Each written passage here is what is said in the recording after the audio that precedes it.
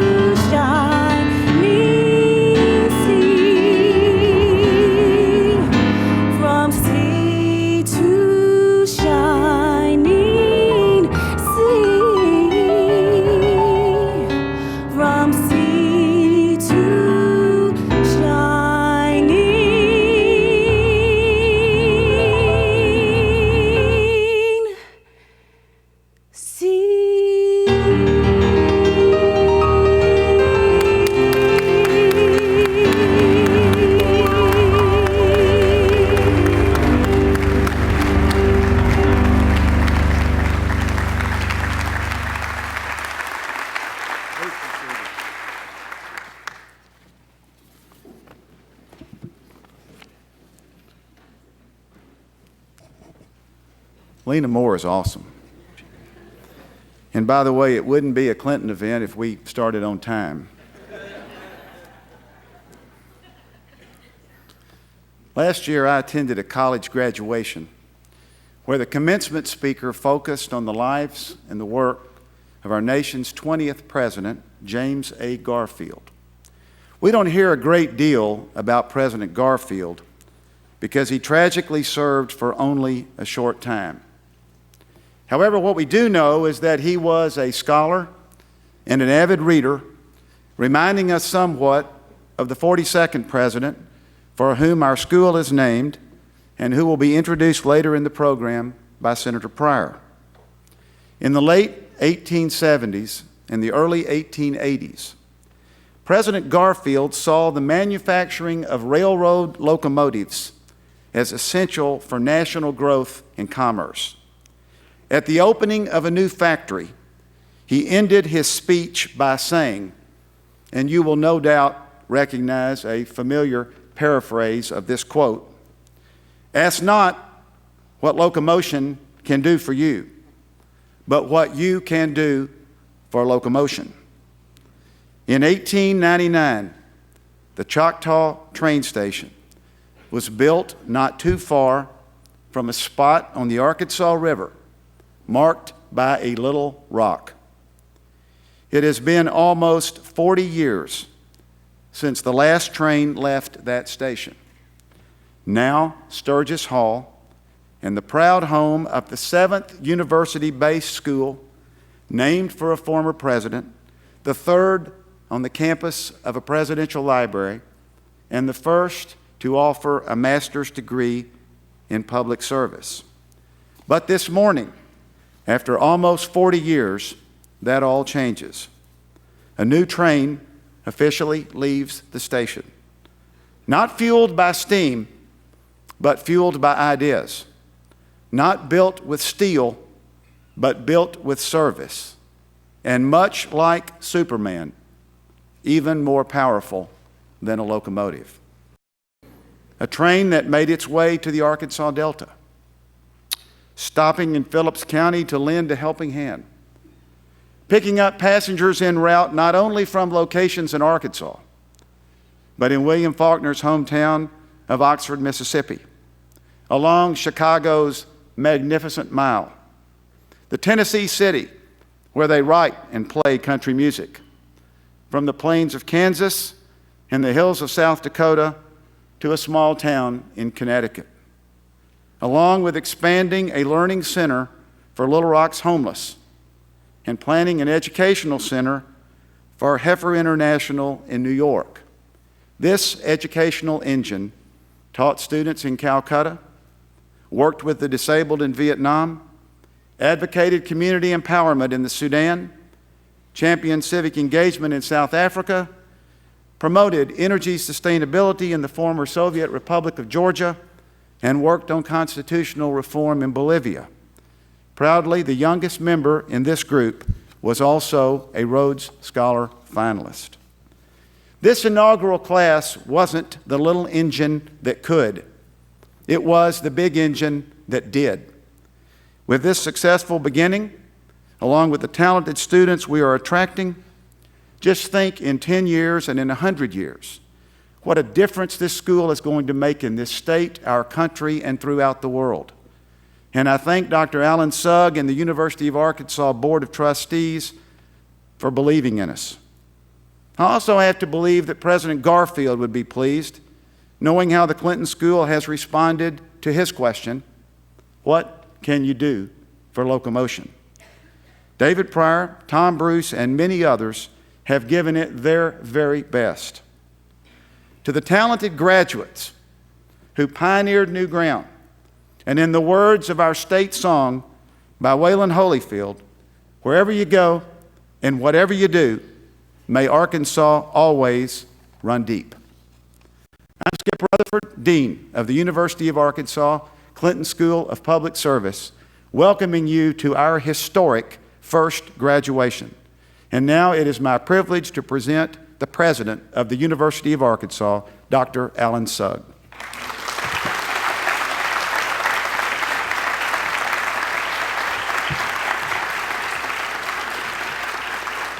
Thank you very much, Skip, and thank you for your leadership as our dean. You're doing a great job. Appreciate you very much.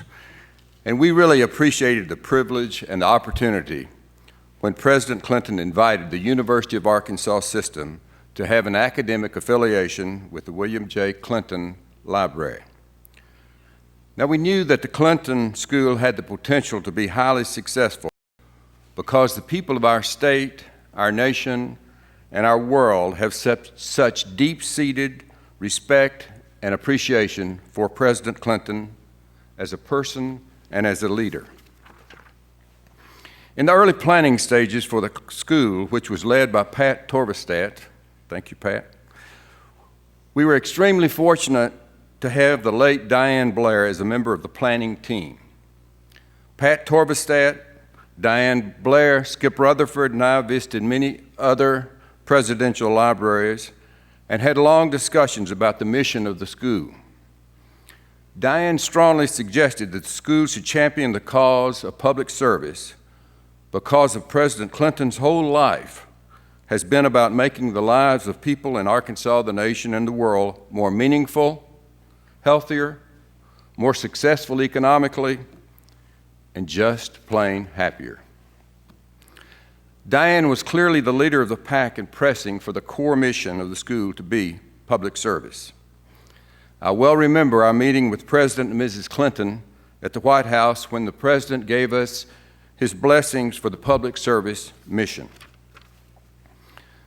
With tremendous leadership from our inaugural dean, David Pryor, and chief planner, associate dean, and Mr. Everything, Tom Bruce, and with the hard work of faculty members and deans from UAMS, UALR, University of Arkansas, Fayetteville, it was probably in a time when these three universities worked together better than any other time in history.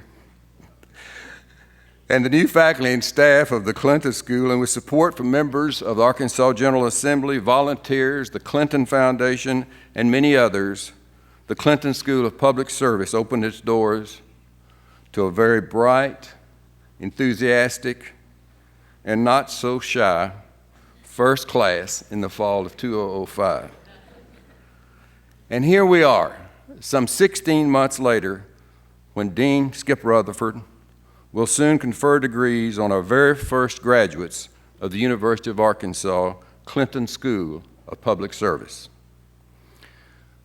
To you graduates, you have been a special group of students. You have a fabulous understanding and attitude of what public service is all about. And on a personal note, I sincerely thank you for helping make the lives of the citizens of Helena, West Helena, Jeannie's in my hometown, better, more productive, and more hopeful. The citizens of Phillips County, I can assure you, have much respect and appreciation for you. Congratulations to you graduates who Skip refers to as the Lucky 13. I would paraphrase that descriptor to say, the Clinton School is lucky to have you as its first 13. We're extremely proud of you. Personally, I really like the way you call the hogs, and I thoroughly enjoyed singing with you. If I could ever be of assistance to you, please call on me. Best wishes for happy and productive lives.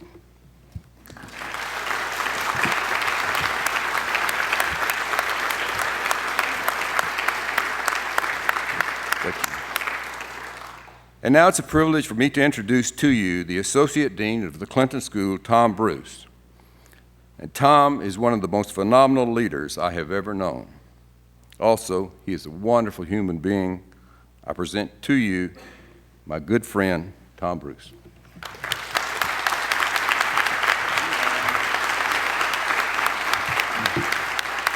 Very much. The concept of a Clinton School of Public Service, as President Sugg has said, as an integral part of the Presidential Center emerged quite early. And the University of Arkansas was honored to receive an award in 1997 from the Arkansas Revenue Stabilization Act to plan the new school. Site visits were made, as he said, to several of the presidential libraries that had affiliated schools, in particular, the Kennedy School of Government at Harvard, the Lyndon B. Johnson School of Public Affairs at the University of Texas in Austin, and to the newest of the presidential schools, the Bush School of Government and Public Service at Texas A&M University. These were a highly visible subset of a larger group of schools that were existing around the country, about 250 of those loosely called schools of public affairs. And they existed all around the nation, including some in this state. These schools have two overlapping disciplines: an older set that offers degrees in public administration, focusing on managerial skills, and a smaller, younger set offering degrees in public policy, with an analytical and statistical kind of focus. Some schools, like the Bush School, included the name public service in their title, even though they offered only the traditional degree programs in public administration, public policy. Any new school in the United States has to go through a highly regulated preparatory process as a part of an accredited university to avoid being just a diploma mill. The University of Arkansas system itself is not accredited. It's simply the administrative arm of the individually accredited campus units. The Clinton School wanted to take advantage of the expertise in all three of the university's largest graduate campuses, so we became a formal appendage of the University in Fayetteville, the University of Arkansas at Little Rock, and the University of Arkansas for Medical Sciences. This presented an ultimate dilemma, however, because each of these already had graduate programs in public administration or one of the public policy disciplines like health policy, educational policy, environmental policy, agriculture policy, and so on. So which of those degree programs should the new Clinton School copy or adopt? After deliberation, as President Sugg has said, we decided, based on the strong recommendations of Professor Diane Blair, to move in an entirely new direction, beginning a Master of Public Service degree, not just calling it a School of Public Service, as others have done, but to give a degree in public service. Public service through the years has been something that an individual does or practices, but it's not been a traditional academic discipline. At a time when the world is changing so quickly, though, because of the internet, and because of the extraordinary movement of people and of jobs around the world, it seemed to us that there was and is need to prepare a new generation of public servants, those who have knowledge and skills to negotiate and lead in this flattened world, as Tom Friedman's phrase, to adopt that. The graduates of this first Clinton School class have thus completed a bold and very ambitious curriculum. It's one that exposes them to the theories of social change leadership, to public service practice in places like the Mississippi Delta and in developing nations around the world, and to lessons learned from distinguished visitors who talk about current events, foreign affairs, who demonstrate different careers and different models of creative leadership, those that you see on the back of the program, and many others, by the way, who are not listed on the back of that program. From the outset, we felt that Arkansas is a perfect place to place one of the world's great schools of progressive leadership, because this state can no longer be divorced from the world of international commerce. It's no stranger to the gigantic problems of our time: poverty, dying from a preventable disease, desecration of the earth, unending conflict that grows out of injustice, and the failure to achieve the potentials that are innate in each of our children. And it's to tackle those kinds of problems that this school exists. It's been a great pleasure for me to have been one participant in the creation of this fine program, and I'd like to use this opportunity to recognize the contributions of these inaugural students sitting in front of the room who have been co-participants in opening this new discipline of globally oriented, collaborative, innovative leadership. Congratulations to you all on attaining your Master of Public Service degree. Congratulations.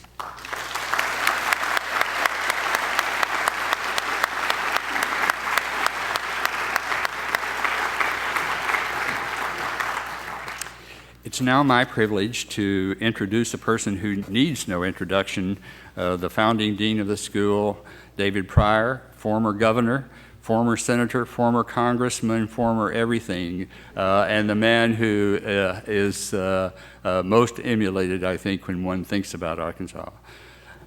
Dean Pryor.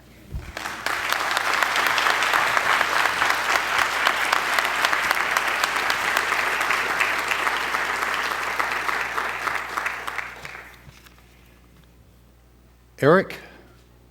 Okay. Hey, y'all, we're having a little bit of a dilemma I'm going to share with you. The president is not here, but he's just about here. And it reminds me, in 1991, I was introducing then Governor Clinton to the National Press Corps at the Ritz-Carlton Hotel. And they said, go ahead and start the introduction. He'll be here in about 2 minutes.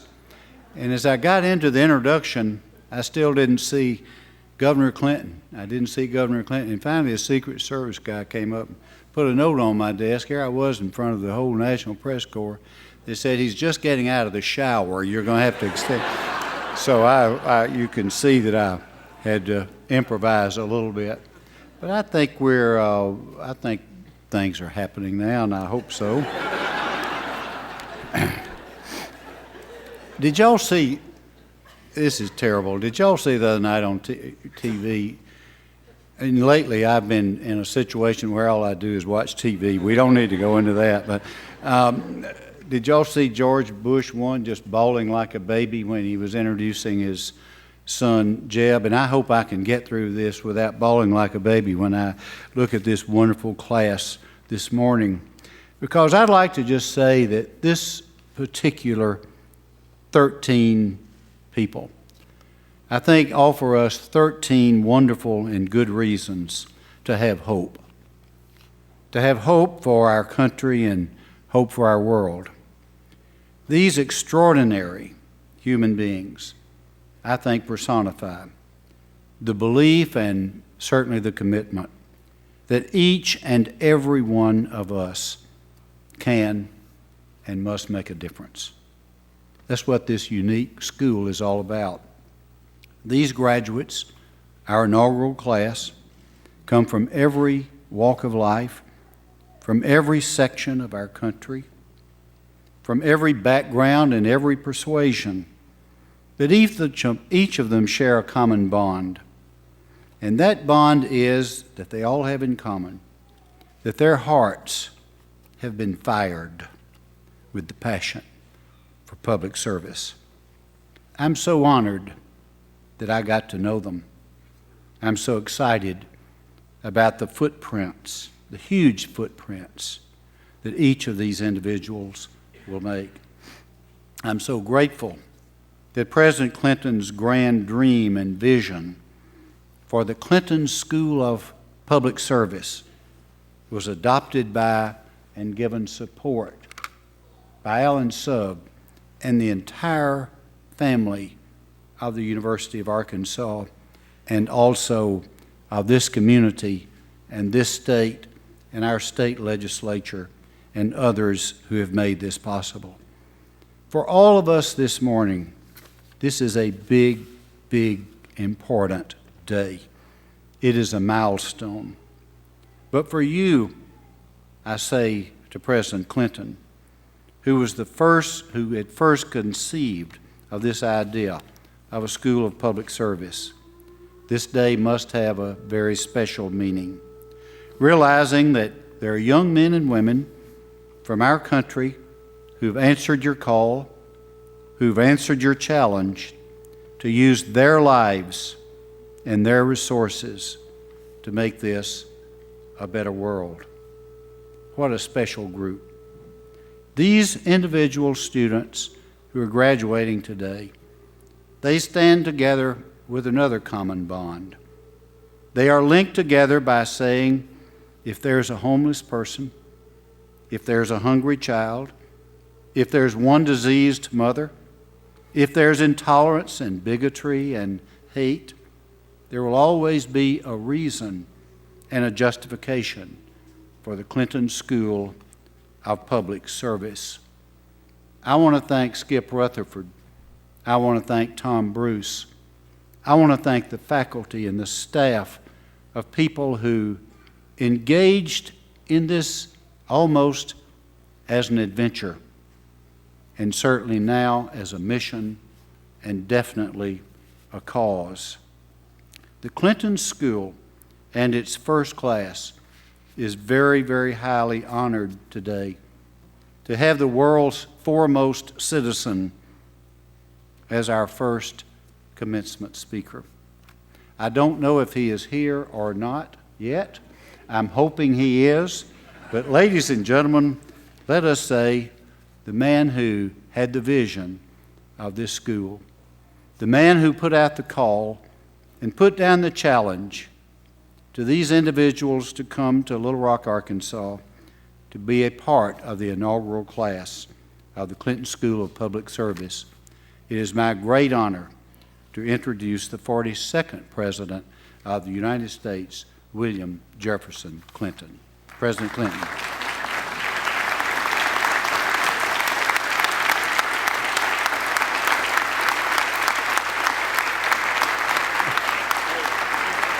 Glad you're here. Thank you. I heard your whole speech.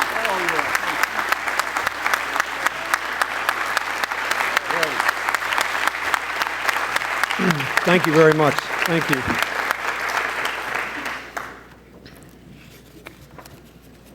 I told Senator Pryor I not only was here, I heard his whole speech.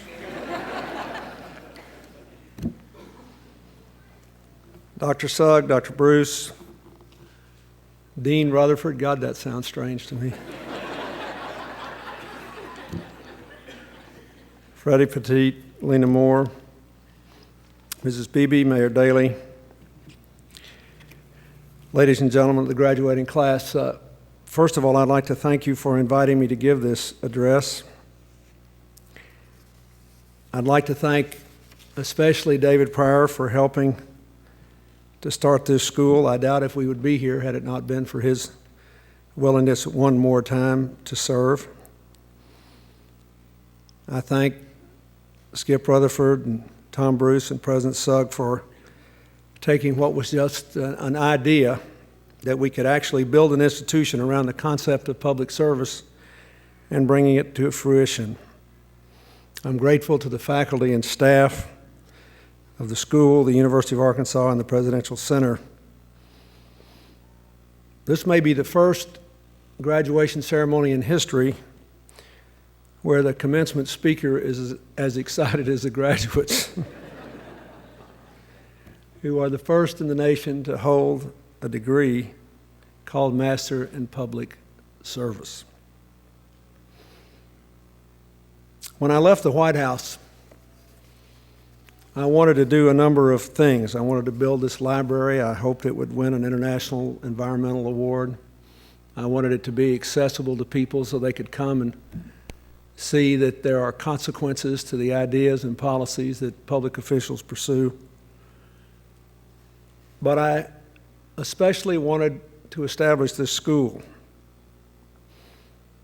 to inspire more young people to pursue careers in public service and to give them the tools to do it better. Because I believe it is a noble calling, because I believe that doing it well makes a world of difference, as we see in the United States and around the world when it is not done well. And because I believe that dedication to the common good is critical to meeting the challenges of the interdependent world in which the graduates will live and raise their children. One in which we have to have a security policy, to be sure, but in which, because we are interdependent, we cannot possibly ever kill, jail, or occupy all of our adversaries. So we have to build a world with more partners and fewer adversaries. And we have to be constantly searching for American renewal. And finally, we have to be building communities in which we revere our differences, but we believe our common humanity matters more. The graduates go out into a world that is infinitely different than the one I entered as a college graduate nearly 40 years ago, or as a law school graduate just a few years later. Since the fall of the Berlin Wall in 1989, not even 20 years ago yet, we have seen an explosion of democracies around the world. For the first time in history, more than half the people live in governments they voted in. We have seen an explosion in information technology that has changed everything and brought us closer together. For many years, I have a cousin in North Arkansas who played chess with a guy in Australia once a week on the internet. They took turns deciding who had to stay up all night. And finally, in exhaustion from sleep deprivation, they gave it up. But the point is, we're all connected in ways that make all kinds of things possible.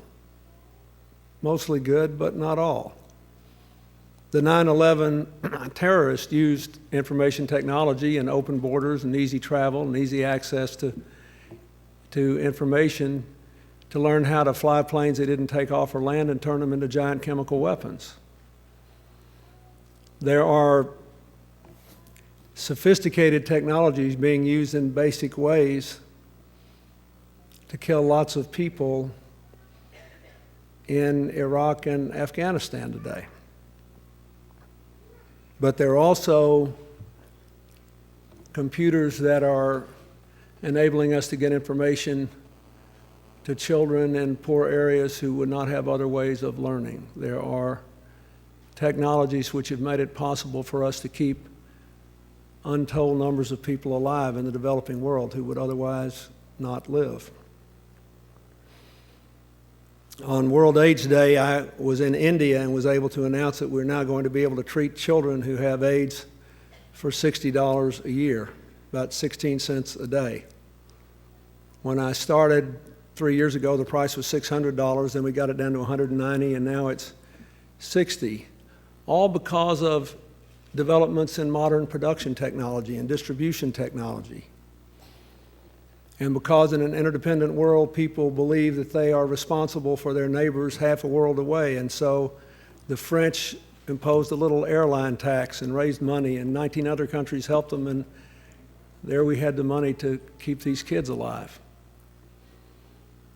We're all being pulled closer together in ways that are positive and negative. The third thing that's happened is that you can engage in public service without being on the public payroll more than ever before because of the rise of non-governmental organizations like my foundation and millions upon millions of others around the world. When I became president in 1993, there were no non-governmental organizations in Russia. Today there are 63,000, so many that President Putin's trying to put the clamps on them. I wish he wouldn't do that, but it's a high-class problem compared to having no NGOs. There are 250,000 registered in China. There were none when I became president. There are almost certainly twice that many that are unregistered. There are probably 1 million non-governmental organizations operating in India. And there are many here. One of the finest in the world is our next-door neighbor, the Heifer Foundation. The Gates Foundation, as all of you know, is filthy rich. It has $30 billion plus, and Warren Buffett's about to make it twice as rich. But there are many you don't know about where people have almost no money and depend upon others to help them. But with a little money, they can make all the difference in the lives of large numbers of people. So there are more opportunities for public service than ever before. Because all the graduates here want to make a difference, you should feel good about the fact that the trends of the last 20 years have given you much more power to do so, whether you are in or out of government. I think it's important to point out that the lives that you lived before you came here embodied the power of public service. Some of you came to this school as former members of the Peace Corps, AmeriCorps, Teach for America. All of you have participated in service projects here, many of you in the wake of Hurricane Katrina, something I especially appreciate. For some reason, all of you are driven by the desire to change the way things are in your neighborhood or around the world. You have participated in service projects in the Arkansas Delta through international summer internships and individual internships at home. You put your studies into practice, and in so doing, you have changed lives for the better. That's what this school is all about, helping to give people the tools to improve lives and strengthen the bonds of humanity across different cultures, countries, and communities. I have been in politics in one way or the other for about 40 years now. It was 40 years ago that I first met young David Pryor and Barbara when they were running for Congress. And I was working in a governor's campaign 40 years ago. And the memory of seeing him get out of a car in South Arkansas is as vivid to me now as it was a month after it happened. I have loved every single year. About the only thing I can tell about aging is that I don't remember what year certain things occurred in. I have the clearest memory in the world of things that happened to me, but I think they happened 3 years before or after they in fact did. Otherwise, I'm doing pretty well. For those 40 years, I have seen America make great progress and been through great upheavals. And always, most of us on this platform and our friends, we were fighting against a certain kind of politics, a politics that sought to divide us, to distract us from the real issues that people in public life can affect, that sought to gain power by demonizing opponents and denigrating them and making them seem somehow less worthy. I have seen the coverage of politics often polluted by an obsessive concern with positioning and power and what people say rather than what politicians do and what the consequences of their actions are on people today and in the future. America has been well served by its conservative and its progressive traditions. When we emphasized philosophy over ideology, when we emphasized evidence over attack, when we emphasized argument over assertion. We have somehow struggled over all these years to meet the challenges of every age and to emerge stronger. You leave this place to find some way to serve the public at a time when it appears that we are recovering our bearings and getting back to the idea that whether we're conservative or liberal, Republican or Democrat, it really does matter what the facts are. It really does matter what policies will do in the lives of ordinary people. That argument is better than attack, and the public interest is a more noble goal than the advancement of various particular ones. In the end, I hope your life in public service, however you pursue it, will be governed by a simple test.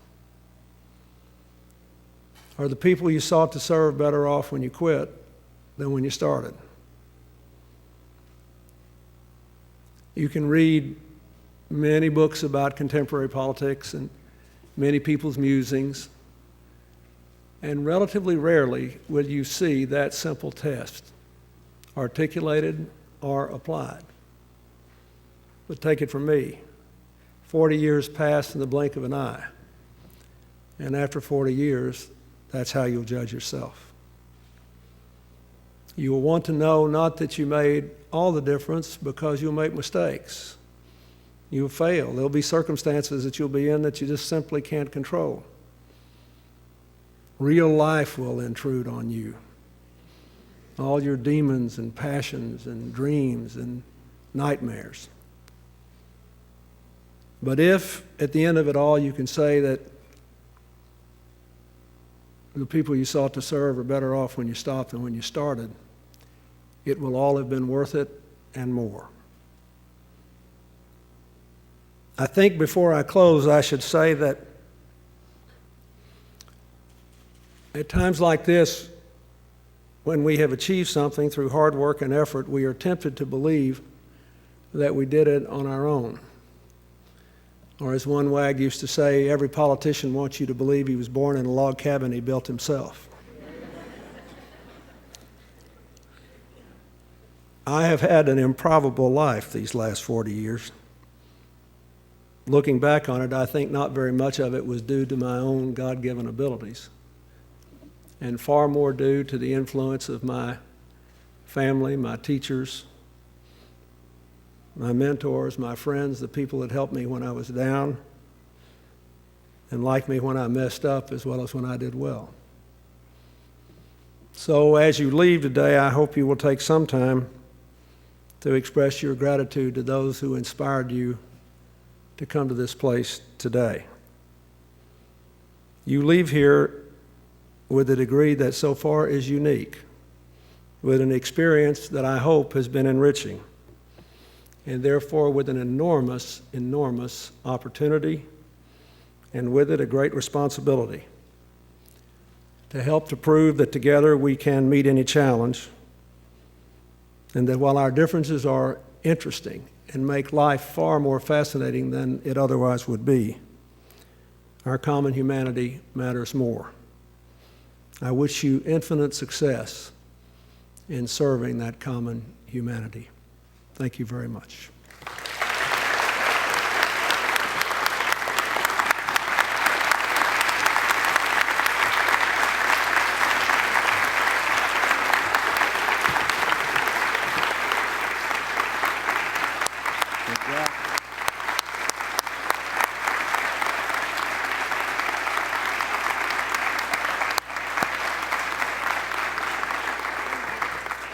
Thank you, President Clinton. We are honored that you could be with us.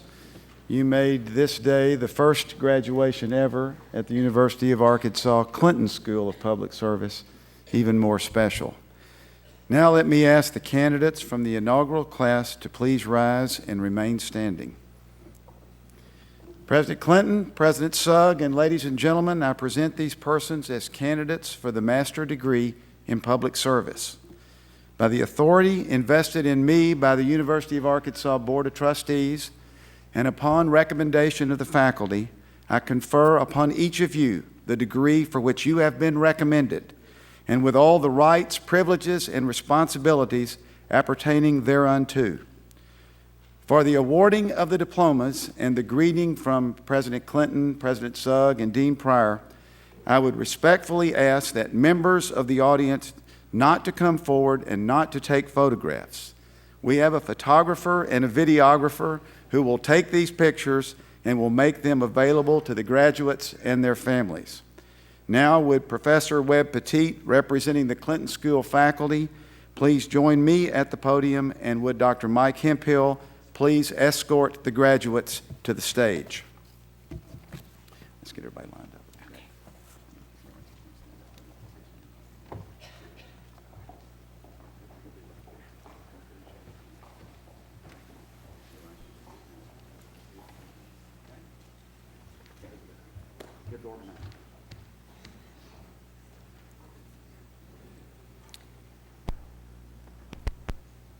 Joseph David Ballard.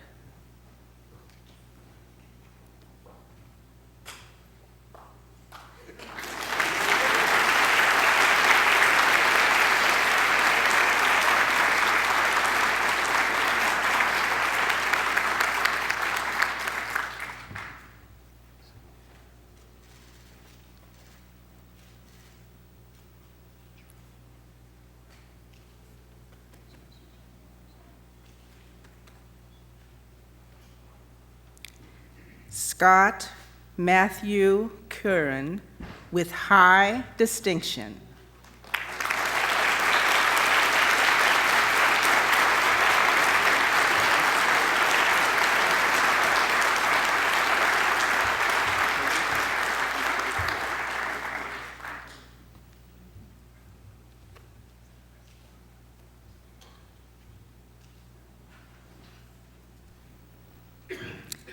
Vivian Lavita Flowers.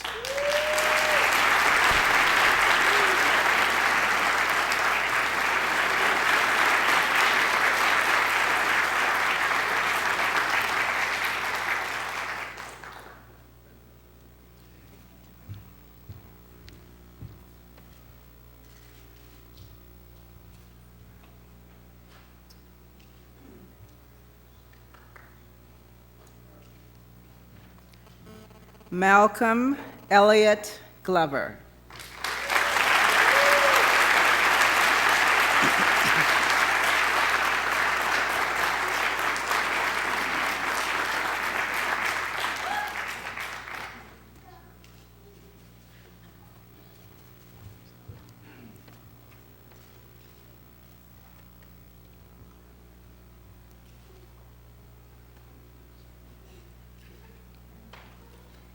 Erica Catherine Hall.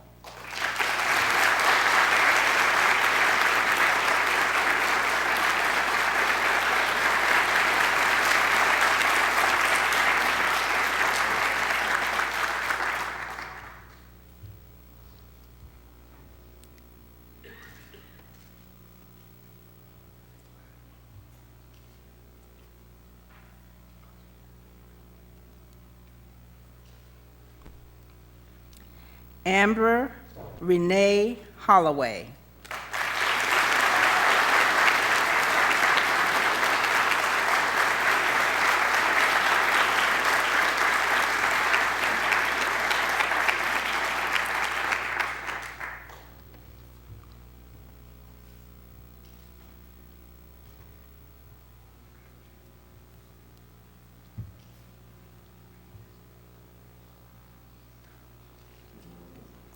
Waylon Gregory Holyfield.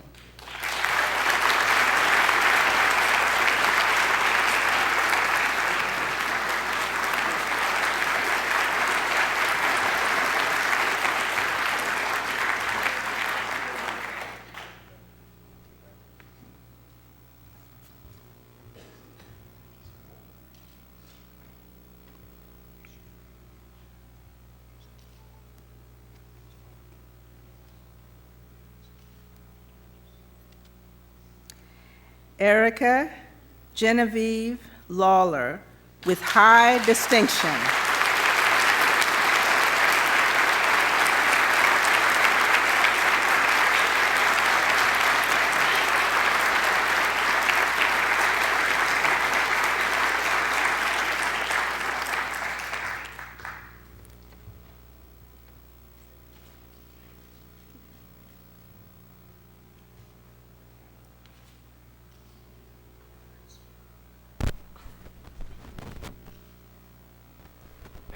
Nancy Claudine Mancia.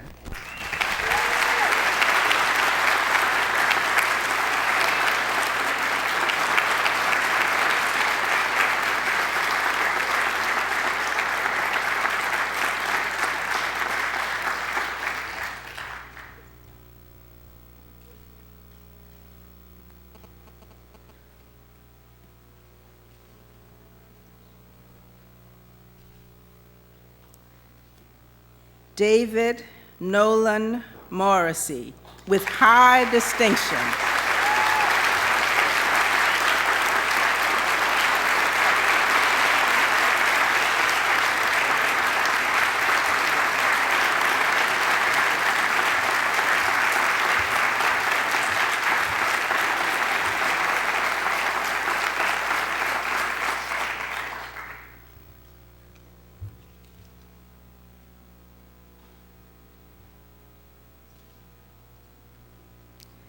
Catherine Jean Snodgrass.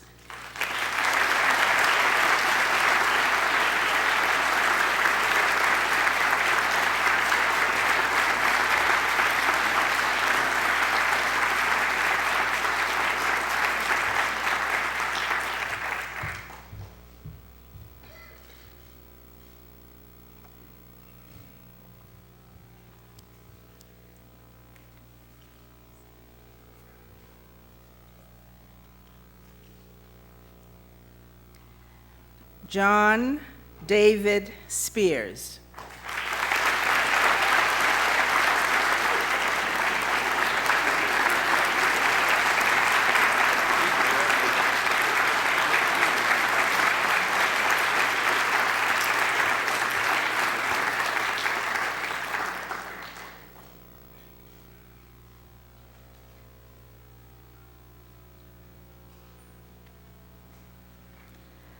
Don J. Cox Zekas.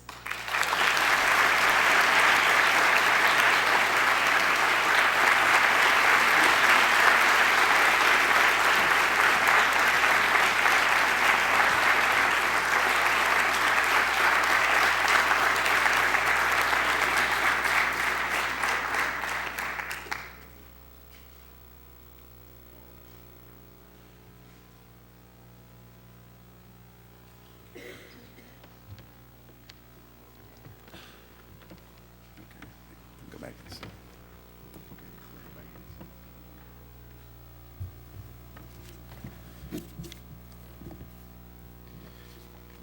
Now may I ask the first ever graduates of the University of Arkansas Clinton School of Public Service to stand, face the audience, and be recognized.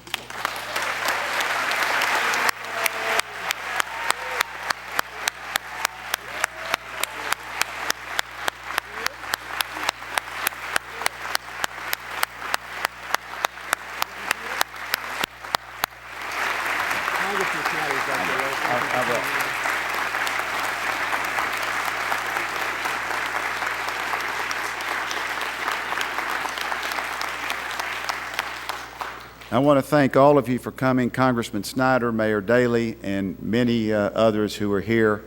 This has been a very special ceremony, and again, we made a little history today, and the best is yet to be. Ladies and gentlemen, would you please rise for the recession?